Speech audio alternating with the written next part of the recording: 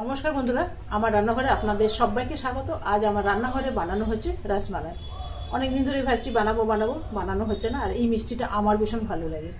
তো চলুন রান্নাটা শুরু করি। তবে আজকে আমি কেনা পানির দিয়ে বানাবো। অনেকেই আছে যারা ভাবে যে ঘরেই পানির করে করতে হবে, তার কোনো মানে নেই। কেনা পানি দিয়েও আপনি করতে পারবেন। তার আগে চিনির শিরাটা ওটা বানিয়ে নিই। চলুন, এই যে এইখানে আমি চিনির শিরাটা করে নেব।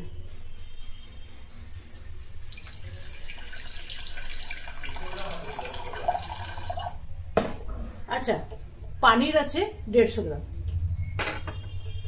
150 গ্রাম পানিরের বানাচ্ছি। 1 কেজি দুধ দিয়ে, দুধটা আমি জাল দিয়ে দেবো। এখানে 150 গ্রাম পানিরের জন্যে প্রায় হাফ কাপের মতন চিনি দিলাম। হাফ কাপ চিনিটা ঠিক আছে। তো চলুন এটা ততক্ষণ জলটা ফুটে যাক। আমি এখানে খুব বেশি চিনি দিয়ে মিষ্টিগুলো ফোটাই না, কেন কি আবার দুধের মধ্যে তো ফোটাতেই হবে। সেই জন্য এখানে খুব কম পরিমাণে চিনি আমি দিই। 4 বার এই হাতের মুঠা করে দিলাম। তো চলুন এরপরে পানিরটা করে নিই।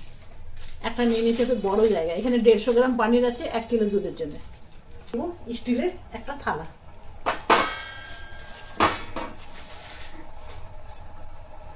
জল আছে অনেক, জলটা চিপে চিপে বার করে নেব।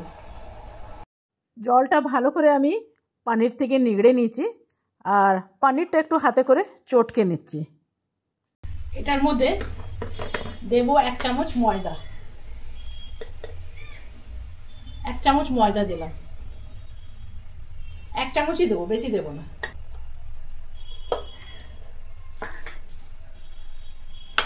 এইখানে দেব এলাচ। দেখা যাচ্ছে তো, থেতো করে নেব।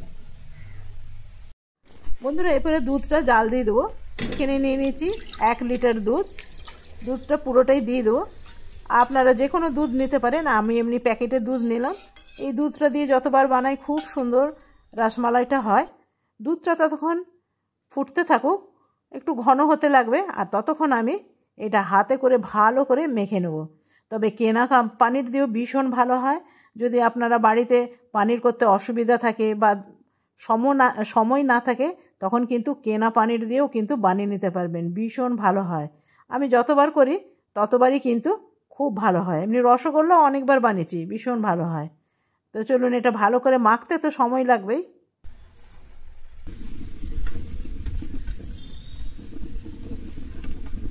এই জায়গাটা দিয়ে করতে হবে। কেনা পানির হোক বা ঘরের পানির হোক, মাখতে আপনাকে ভালো করে হবে। আর 1 চামচ ময়দা দিলাম বাইন্ডিংয়ের জন্য। যখন গরম চিনি শিরার মধ্যে দেওয়া হবে না, তখন কিন্তু এটা রসগোল্লাটা একদম ওই রকমই থাকবে, একদম খুলে যাবে না। তো চলুন এটা ভালো করে মাখা আমার প্রায় হয়ে গেছে। এরপরে গোল গোল রসগোল্লার মতন বানিয়ে নিতে হবে। বুঝতেই পারছেন, রসমালাইয়ের রসগোল্লা বানাতে হবে। এটা অনেকটাই হবে। তো ছোট ছোট ছোট ছোট করে নিতে হবে। এরকম সাইজে করব। আপনারা চাইলে বড় বড়ও করতে পারেন। তবে আমার রসমালাইটা ছোট ছোটই ভালো লাগে। বেশ চামচে করে খেতে ভালো লাগে। আর এটা ফ্রিজে রেখে দিতে হবে কিছুক্ষণের জন্য। একটু ঠান্ডা হয়ে গেলে তারপরে রসমালাই খেতে ভালো লাগে।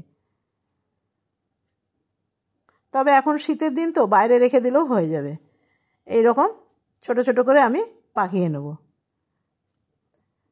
তো দেখুন মোটামুটি আমার সবগুলোই পাকানো হয়ে গেছে। বেশ অনেকগুলো হয়েছে, কিন্তু 150 গ্রাম পানিরে অনেক কটা হয়েছে। 1 লিটার দুধ আর 150 গ্রাম পানির। এরপরে গরম শিরার মধ্যে এগুলো দিয়ে দেবো। সবগুলোই আস্তে আস্তে দিয়ে দিলাম। ব্যাস, এটা ফুটতে দিতে হবে প্রায় 15 মিনিট। একটুখানি আস্তে করে আমি চালিয়ে নিলাম। আর এদিকে দুধটাও কিন্তু অনেকটা ঘন হয়ে এসছে, দেখছেন? অনেকটা ঘন হয়ে এসছে। এরপরে আমি এগুলো নামিয়ে নেবো। এগুলো হয়ে গেছে, জানেন, খুব সুন্দর নরম নরম হয়ে গেছে। এগুলো ঠান্ডা হতে দিতে হবে। এটা গ্যাসটা আমি অফ করে দিলাম। এটা ততক্ষণ ঠান্ডা হোক, না তো রস থেকে চেপা যাবে না। বেশ গরম আছে। তো বন্ধুরা দেখুন এটা ঠান্ডা হয়ে গেছে। আর এরপরে আমি এগুলো রসটা একদম চিপে নেব, যেন ভেতরে একদম রস না থাকে, তাহলে এর মধ্যে দুধ ঢুকবে ভালো। দেখছেন কতটা সুন্দর নরম হয়েছে, স্পঞ্জি হয়েছে, দেখছেন? এই যে আপনি দেখলেই বুঝতে পারবেন, এত জোরে চিপলাম একটাও কিন্তু রসগোল্লা ভেঙে যায়নি। তো চলুন একবারে সব কটাই আমি ভালোভাবে রসটা বার করে নেব। বার করে একটা থালার মধ্যে একবারে রাখি, তারপরে একসাথেই দুধের মধ্যে দিয়ে দেবো। আপনারাও এভাবে সহজভাবে বানিয়ে নিতে পারবেন। যদি বাড়িতে ছানা বানাতে অসুবিধা থাকে তাহলে কেনা ছানা দিয়েই কিন্তু দারুণ হয়। দেখুন সবকটাই আমার রস চেপা হয়ে গেছে। এরপরে এগুলো দুধের মধ্যে দিয়ে দেবো।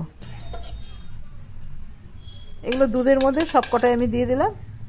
আর দুধটা কিন্তু খুব সুন্দর ঘন হয়ে গেছে, একদম ক্ষীর টাইপের হয়ে গেছে, দেখছেন? এর মধ্যে কিন্তু কোনো রকম আমি গুঁড়ো দুধ কিন্তু মেলাইনি। অনেকে গুঁড়ো দুধ মেলাই, তো আমি এর মধ্যে মেলাইনি। এই দুধটা এমনি খুব সুন্দর ক্ষীর টাইপের হয়। এর মধ্যে দিয়ে দেবো একটুখানি কালার, তাহলে দেখতে একটু খুব সুন্দর দোকানের মতন হবে। এরপরে দিয়ে দেবো চিনি, কেন দুধটা এমনি ভীষণ মিষ্টি হয়েছে, রসগোল্লাগুলো মিষ্টি আছে। তো চিনিটা আপনাদের পছন্দ মতন দেবেন, যেরকম মিষ্টি খেতে পছন্দ করেন ওই রকমই কিন্তু চিনি দেবেন।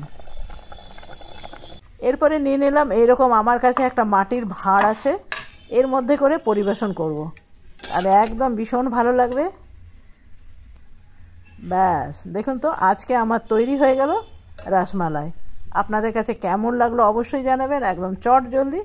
আজকের মতন এখানেই শেষ করলাম, কালকে আসবো নতুন রেসিপি নিয়ে। ধন্যবাদ।